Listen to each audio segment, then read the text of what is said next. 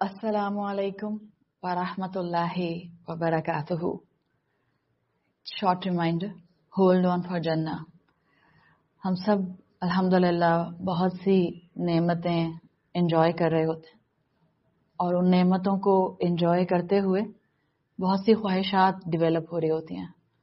ظاہر دل چاہتا ہے انسان کا کہ جو خواہش پیدا ہو انسان اس کو مکمل کرنے کی طرف قدم بڑھائے، لیکن بہت سی ایسی خواہشات ہماری ہوتی ہیں جن پر ہمیں قابو پانا ہوتا ہے، خود کو ہولڈ پر رکھنا ہوتا ہے.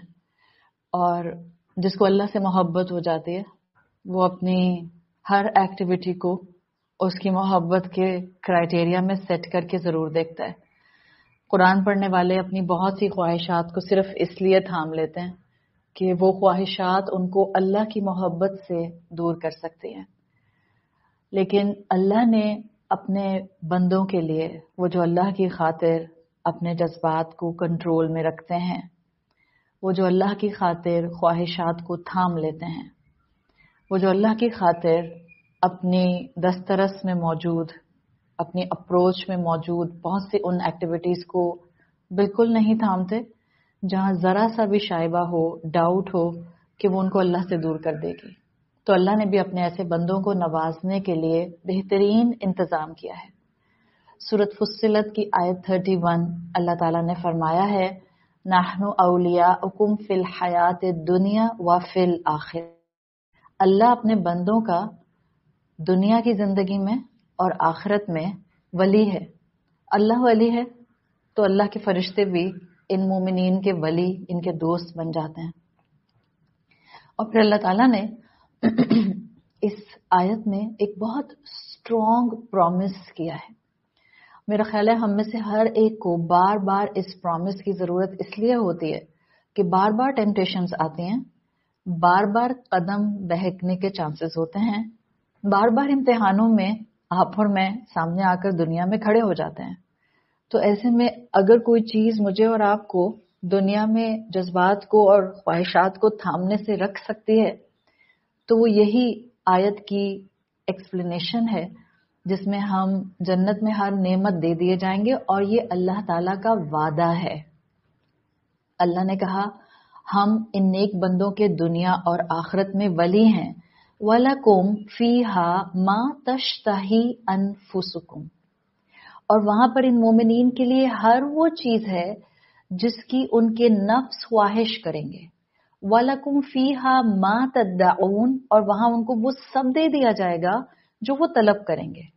سو کلاسیکل اسکالرز نے دو چیزیں مینشن کی ہیں، and my today's reminder is just for this delayed gratification.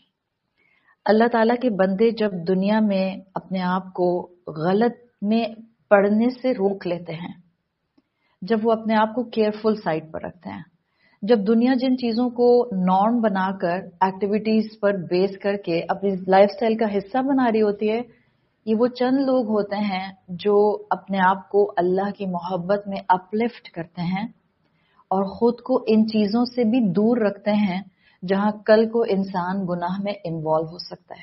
تو ایسے بندوں کے لیے اللہ نے دو وعدے کیے ہیں. ایک، جو کچھ آپ اس دنیا میں ہولڈ کر رہی ہیں، ہو سکتا ہے کسی کو کریونگ ہو اس دنیا میں، I am going on sort of an extreme, کسی کو کریونگ ہو اس دنیا میں کسی ایسی ایکٹیویٹی کی جس کو دنیا نے یا جس کو دین نے حرام قرار دیا ہے. Any activity, just think for a moment. وہ الگ بات ہے کہ وہ جنت ہوگی، وہ الگ بات ہے کہ وہ مومنین کی جگہ ہوگی، پاک ہوگی، پیور ہوگی، مگر وہی شراب جس کو دنیا میں حرام کہہ دیا، جنت میں تو اس کی نہریں بہتی ہیں. سو دس از اے کلیئر امپلیکیشن کہ اللہ نے جنت ایسی بنائی ہے کہ ایون وہ ایکٹیویٹیز بھی جو یہاں اسلام نے حرام قرار دے دی ہیں، فوربڈن کی کیٹیگری میں رکھتی ہیں، جن کے قریب بھی جانے سے منع کیا ہے. جنت میں وَلَكُمْ فِيهَا مَا تَشْتَهِي أَنفُسُكُمْ، وہاں تمہارے نفس جو تمنا کریں گے. تو کلاسیکل اسکالرز کہتے ہیں کہ پہلے جنتیوں کی وہ وشز پوری کی جائیں گی جو انہوں نے دنیا میں اللہ کی خاطر خود کو ہولڈ کیا تھا. آپ کو دوستیاں اٹریکٹیو لگتی تھیں، آپ کو ایکٹیویٹیز اٹریکٹیو لگتی تھیں،